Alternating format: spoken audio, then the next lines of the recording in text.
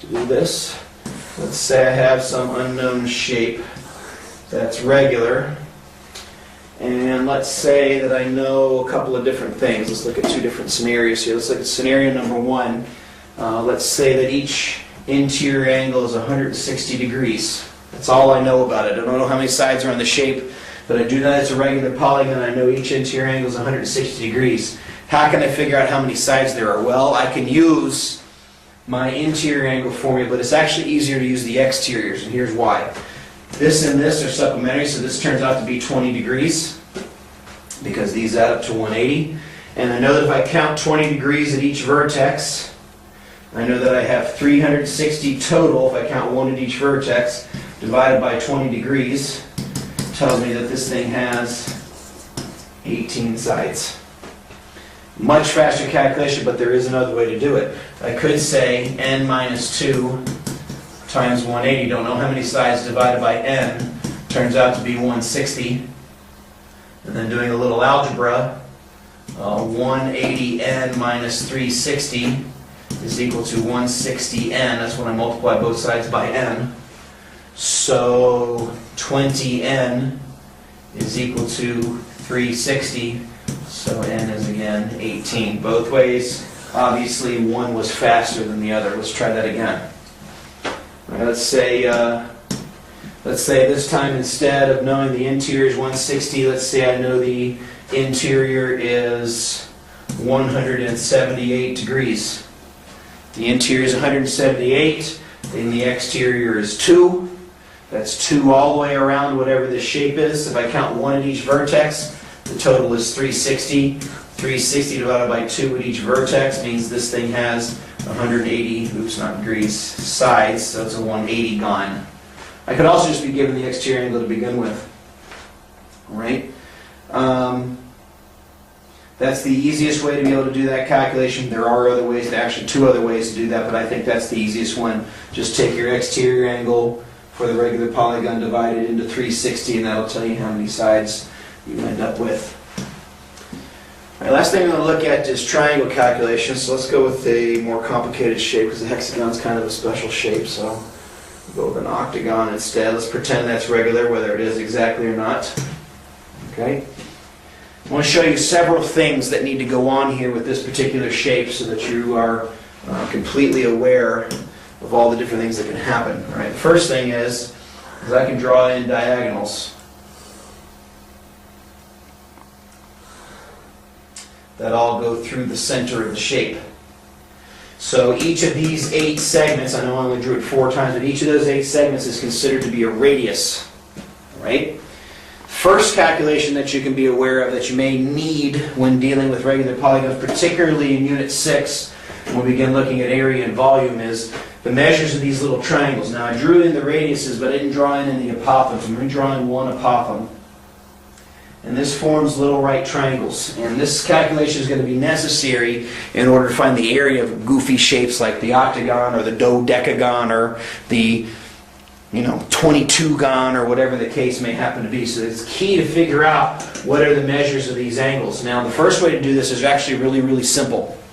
There's a couple of different things that go on that you could do. You can choose any method that you want to, but let me show you several to show that the answers turn out to be the same. First one is I know when the apophthegm's in there, that forms a right angle, so that helps out a little bit.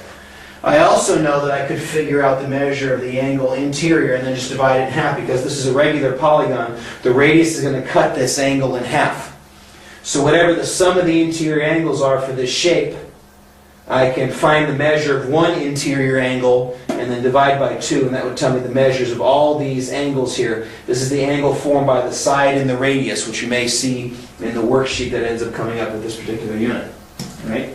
So because this is an octagon, this ends up being n minus 2 times 180 is going to tell me the sum. So this is an octagon. It's going to be 6 times 180. N minus 2 is 6 because it has 8 sides. So 6 times 180 produces 1,080 total degrees on the interior of the octagon.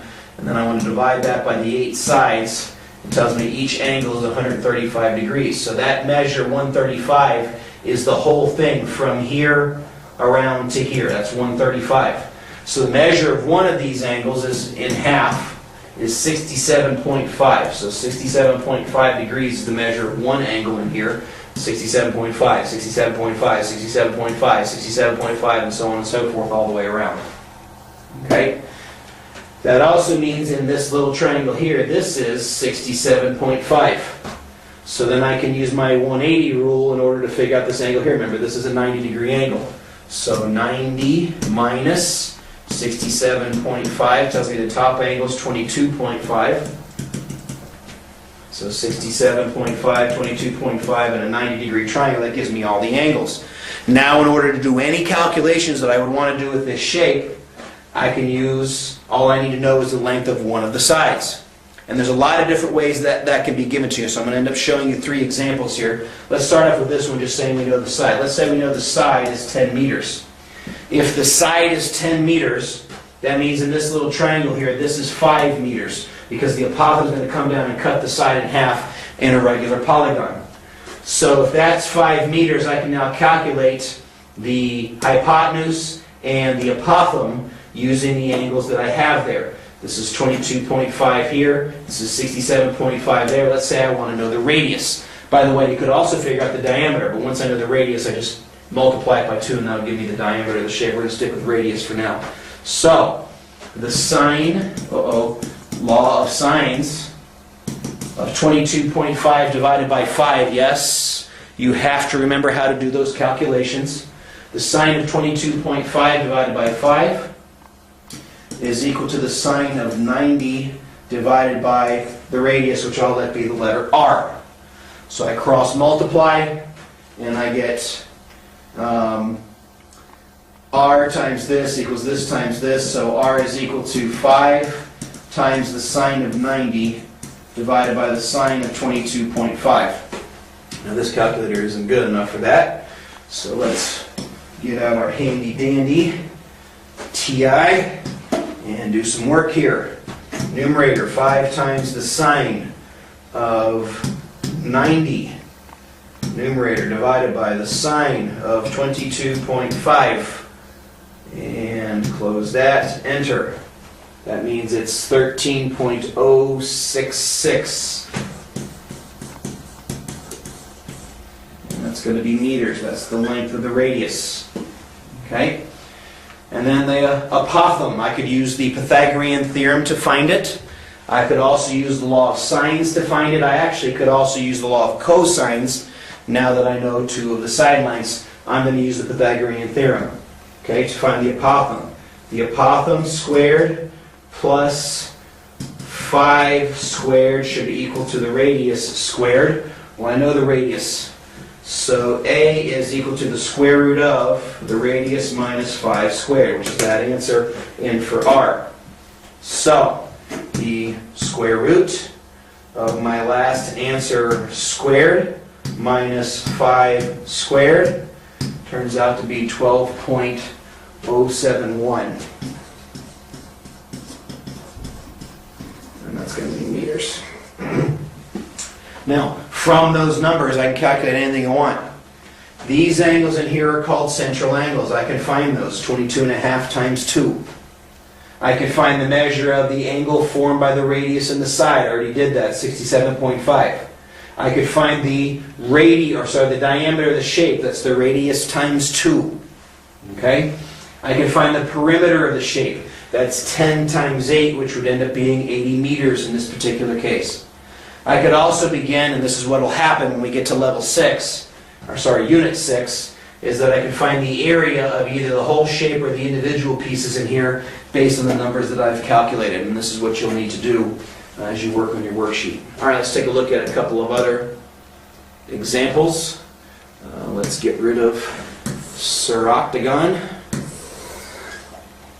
and go with a nice, not quite as complicated shape. So let's go with a pentagon. Let's say we have a regular pentagon. In my regular pentagon, I have a center. It may not be perfect. Here are my radii. Not drawn very well, sorry about that. And here's an apothem, which I know will form a right angle in there. And let's say I know that the radius, for whatever reason, I was able to figure out, let's go with the apothem. Let's say the apothem is 4 centimeters. Find everything else. Okay, this one obviously doesn't have a diameter because the shape doesn't have an even number. But what I want to find is the length of the side, I want to find the perimeter, and I want to find the radius. So the first thing I need to do is find some angles. So now I'm going to approach this a different way than I did the last time. Here's how I'm going to find the angles this time. Because around the center I have 5 angles, 5 central angles, not including the one with the apophyse. The radii form what's called a central angle. That would be this version right here.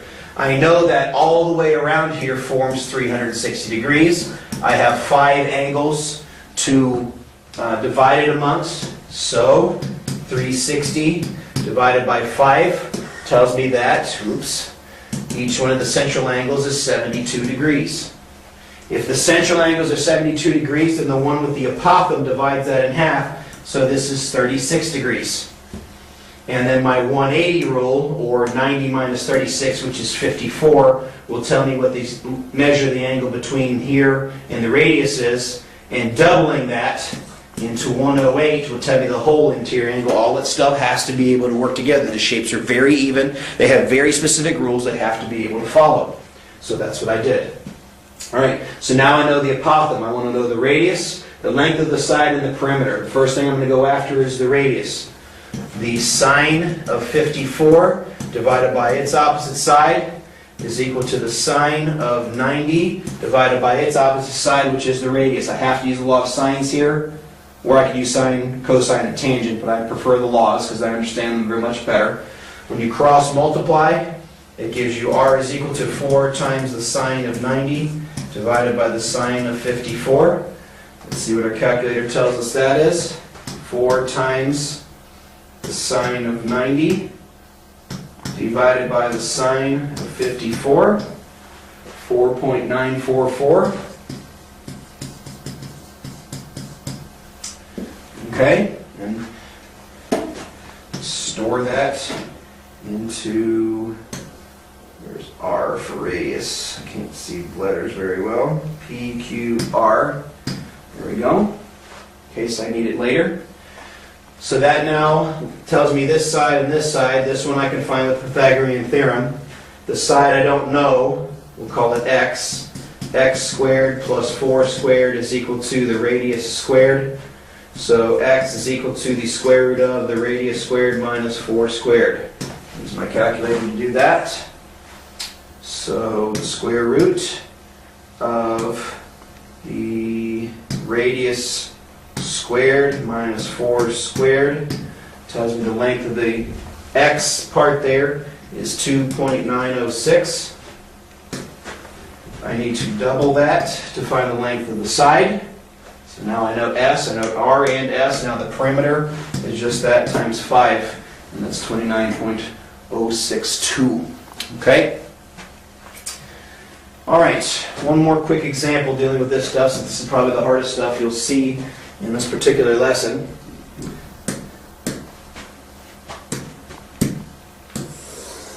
And this one actually will be quicker, because the hexagon has a lot of very, very even properties that we use. So, draw in the diameters, which will give me the radiuses by default, and it'll also show me where the center is.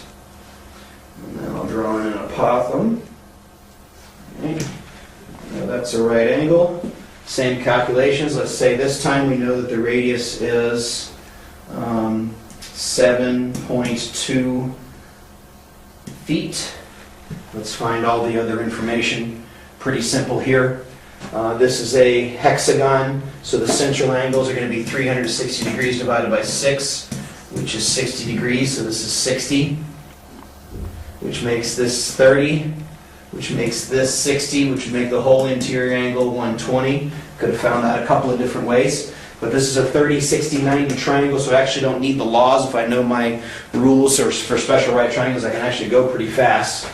7.2 divided by 2 makes this 3.6. The short leg on a 30, 60, 90 triangle is half the hypotenuse, but you could have used the law of sines to figure that out. It would have told you that's the value. And then I multiply by the square root of 3. Now that I don't know in my head. 3.6 times the square root of 3 tells me the apophyse is 6.235. And that would be feet.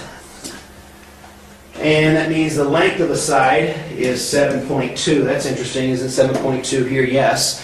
A hexagon forms little equilateral triangles. So if that's 7.2, this is whole thing 7.2. And then that means the perimeter is 7.2 times 6. So 7.2 times 6, 43.2 feet is the length there.